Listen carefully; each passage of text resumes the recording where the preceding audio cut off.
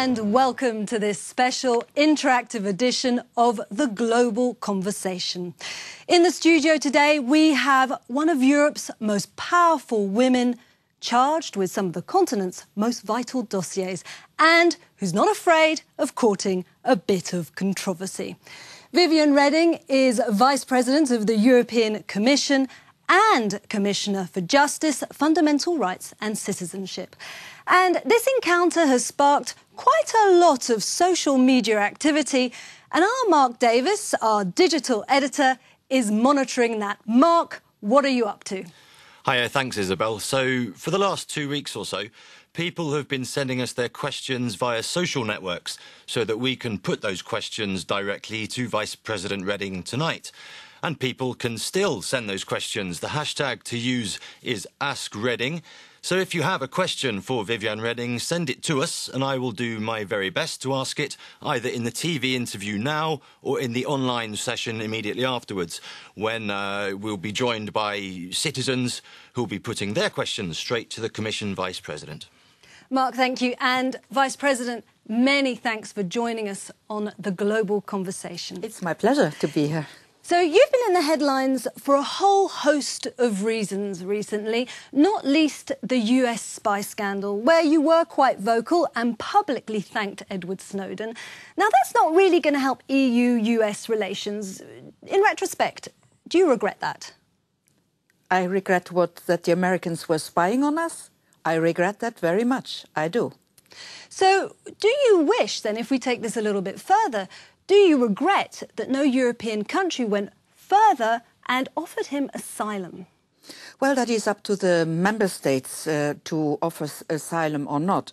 But it is up to Europe to speak with one voice and to say very clearly to our American counterparts that if they want to engage in business with us, that if they want to have a partnership, then they need also to build on the trust. But the trust has vanished because of these spying affairs. And I do not believe that neither our companies really appreciate that they are spied on commercially, nor do our citizens that they are spied on in their daily life. So we need to find the arrangements with the Americans in order to bring back the trust between the United States and Europe, and the trust also in the internet world.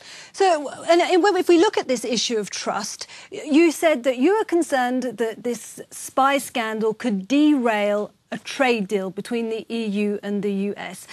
This is kind of mixing two different things in some respects. Is that not a dangerous game to play when we're just teetering out of an economic crisis?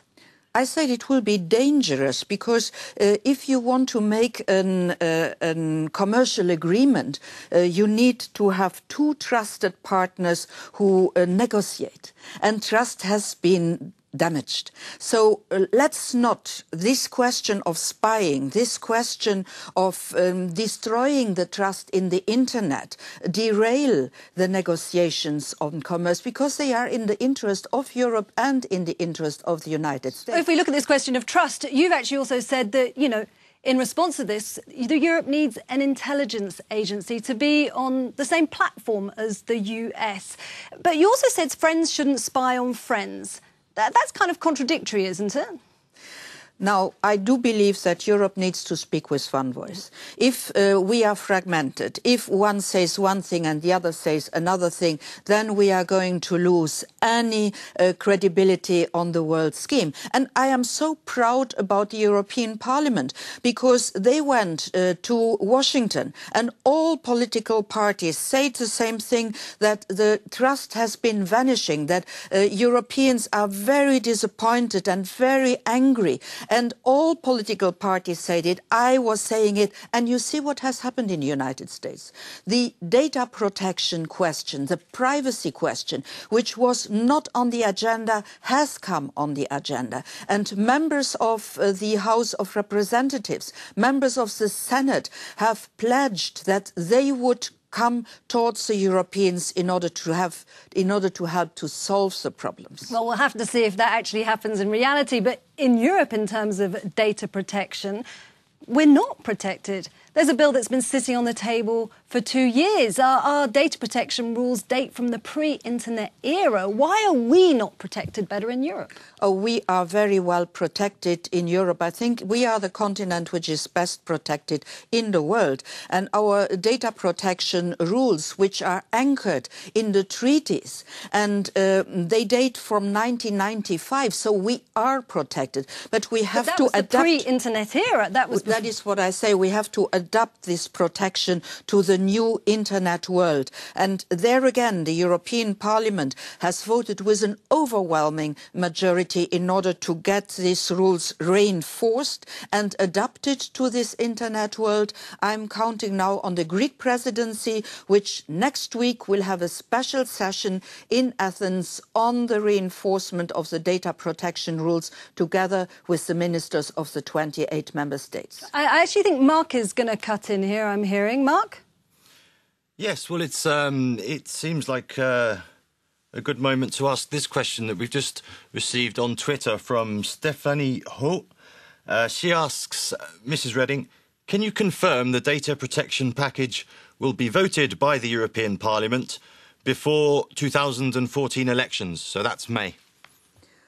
Well, I am not a Europarliamentarian, but I am in constant contact with the Europarliament, with the rapporteur and the co-rapporteurs and with the parliamentarians of all political groups. And they have, yes, said that they want to vote before they resume for election campaign. In plenary, they have voted in committee, overwhelmingly backing the new reform. And they will also vote, and that I have heard from the Parliament, before April this year. So we should have a law in place before the European elections, is what you're saying? A law should be in place after there has been agreement between the European Parliament and the Council of Ministers. This agreement cannot definitely be done because the Council of Ministers, the governments, are very late. The Parliament was a quick one in order to defend the interests of the European citizens. The governments seem to be more slow. Governments and also some of the big internet giants, you're facing quite a lot of pressure from Google. The Google data chief said that your bill, and I quote him here, is much flawed and dead. What do you respond to that?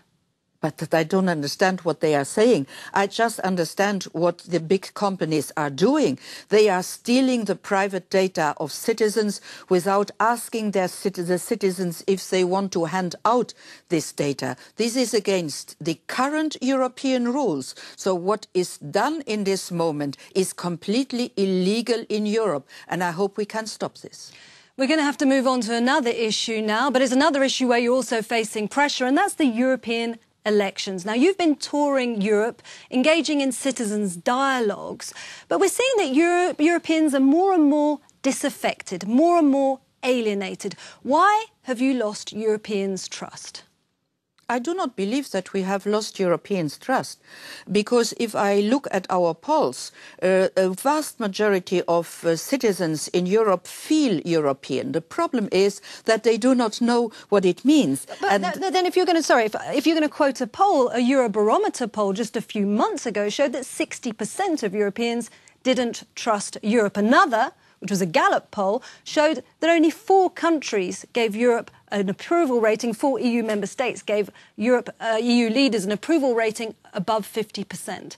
So, I am not very happy to say this, but the approval rate for the European Commission goes higher than the approval rate for national governments and for national political parties. So let's not start to discuss about this. 2/3 of the Europeans feel Europeans. 1/3 of the Europeans knows what that means. And that is why we started these town hall meetings. We have made 41 so far. And town hall meetings where people can ask questions, people of all level. And what I see in these town hall meetings that people say, finally, somebody comes to answer this question. Now, do I, as a European Commissioner, need to go downtown to the villages, to the cities in order to answer questions of the citizens? I do do believe that the national governments should do a lot more work in order to explain how Europe functions,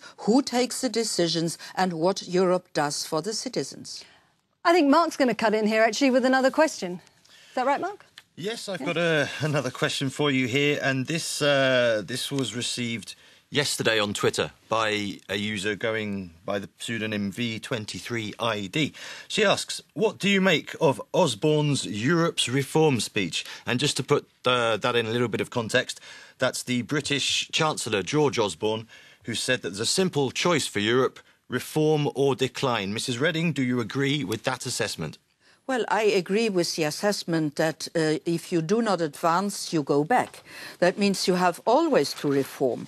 And that is what we are doing. Day per day, per day, per day, we try to reform. We try to find answers to problems. So that in politics is a normal thing.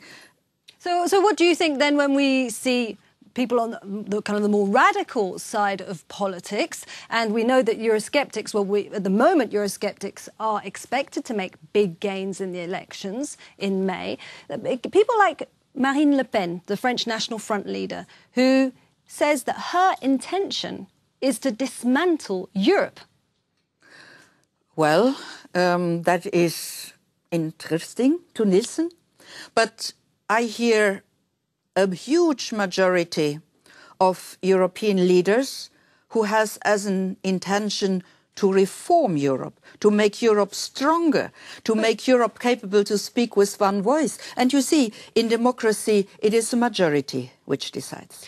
Yes, but there is a growing minority, as you are aware, and it's also in mainstream, as Mark said. It's the British government who would like to see reforms which you might find unpalatable politically. But, for example, with freedom of movement, for example, the British Prime Minister, who has suggested that he would use his veto on European Union enlargement to halt freedom of movement in Europe, or to curb it at least. What's your reaction to that?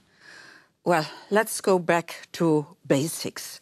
The freedom of movement is one of the most cherished freedoms of the European citizens. At the moment. And yesterday, not later than yesterday, there was a huge debate on the freedom of movement in the European Parliament.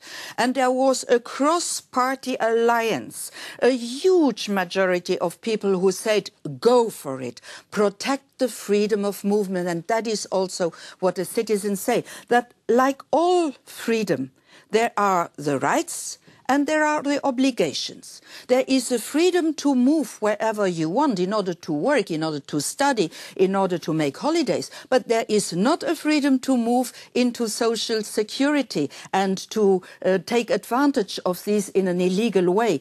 There the rules are clear and member states can fix it. Now let's take the example here of this country where we are now, of Belgium. I have to ask you to keep it brief, yeah. Yeah, Belgium has last year put out 5,500 European citizens because they were misusing their freedom to move. Most of them were French and from the Netherlands. So you see, it is very much possible that a member state goes for this, fights the abuse, but the right, the freedom has to stay. We've been looking at the future of Europe. What about your future? At one point, you were touted a lot as a possible European Commission president. I'm going to have to ask you to be very brief here. But if you were asked, would you rise to the challenge? Well, you always rise to the challenge when you are asked to take responsibilities. I am now rising to the challenge already 3 times as member of the European Commission.